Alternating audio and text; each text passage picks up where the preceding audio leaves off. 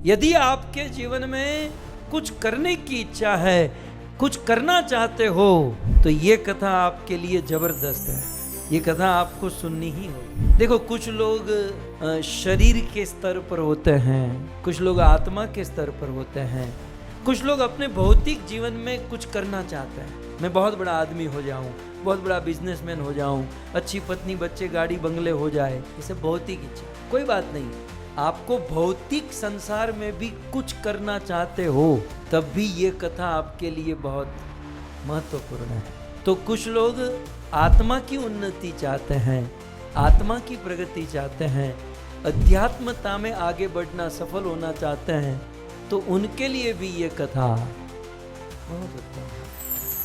देखो, अध्यात्म में उन्नति करनी हो या भौतिक में उन्नति करनी हो, इस उन्नति के लिए उद्यम करना होगा, चाहे भौतिक हो या आध्यात्मिक। अब आप पूरी कथा के दौरान आप अपने मन में सोचिए, आप अपने हिसाब से सोचिएगा कि आपको कहाँ आगे बढ़ना है। लेकिन जो आगे बढ़ना चाहते हैं उसका तत्व इस कथा में वर्णन हुआ है। इस दुनिया में, हमारे इतिहास में, श्रीमद् भागवत जी की इस कथा में देव और दानव मिलकर बहुत आगे बढ़ना चाहते थे। और कितना आगे बढ़ना चाहते थे? अमृत को प्राप्त करना चाहते हैं। इससे आगे कुछ होता है? अमृत की प्राप्ति, अमृत जिसको पाकर कोई मरे ही नहीं, इससे आगे तो कुछ नहीं होता ना।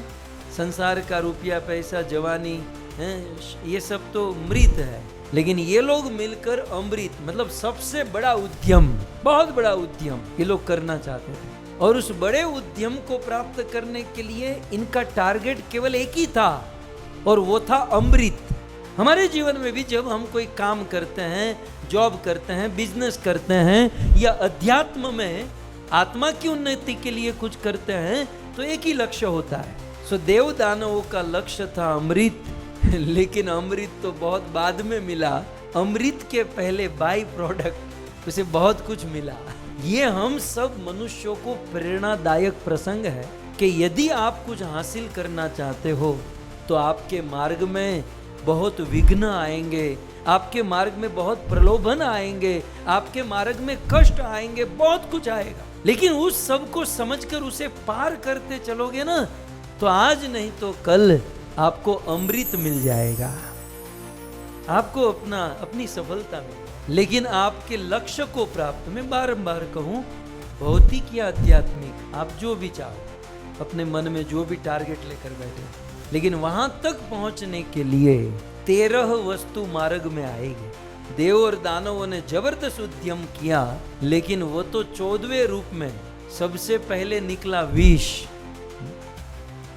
सबसे पहले निकला विष, बाद में कामधेनु गाय, सोचा भी नहीं था कि ये सब मिलेगा। तीसरा रत्न निकला उच्च श्रवा घोड़ा, चौथा रत्न निकला ऐरावत हाथी, पांचवा रत्न कौस्तुभ मणि, छठा पारिजात वृक्ष, सातवां रंभा आदि अप्सरा, आठवीं लक्ष्मी जी, नौवीं वारुणी मदिरा, 10वां चंद्रमा, 11वां पांचजन्य शंख, 12वां धनुष, 13वें धन्वंतरी और 14वां अमृत। तो एक्चुअली देवताओं को तो अमृत चाहिए था, लेकिन वो तो बहुत लास्ट में निकला। उसके पहले न चाहते हुए भी बहुत कुछ मिला।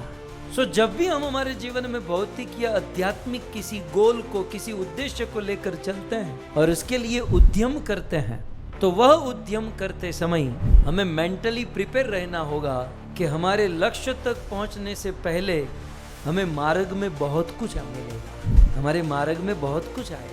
वो जो मार्ग में आएगा उसे समझकर, उसे टैकल करके, उसके साथ क्या करना है ये सोच समझकर हमें आगे बढ़ना होगा। यदि देव और दानव आगे 13 रत्न निकले, उसी को लेकर संतुष्ट हो गए होते, तो अमृत कभी नहीं मिलता। इसलिए हम जब जीवन में कोई लक्ष्य लेकर चलते हैं तो बीच में बहुत सारे प्रलोभन आते हैं, इसे पार करना होगा, हमें लक्ष्य को चूकना नहीं होगा। तो ये सारी बातें इन 7 दिनों में हम डिटेल में समझेंगे, किस प्रकार से उद्देश्य था अमृत को प्राप्त करना, लेकिन मिल गया घोड़ा, तो ये घोड़ा क्या है, मिल गई गौ माता, ये गौ माता क्या है, पारिजात वृक्ष क्या है। तो ये आचार्यों ने, संतों ने जो जो निवेदन किया है वो सब शिक्षा के तौर पर हमारे जीवन में कुछ प्रैक्टिकल जीवन को जोड़ते हुए इसे समझने का प्रयास करें।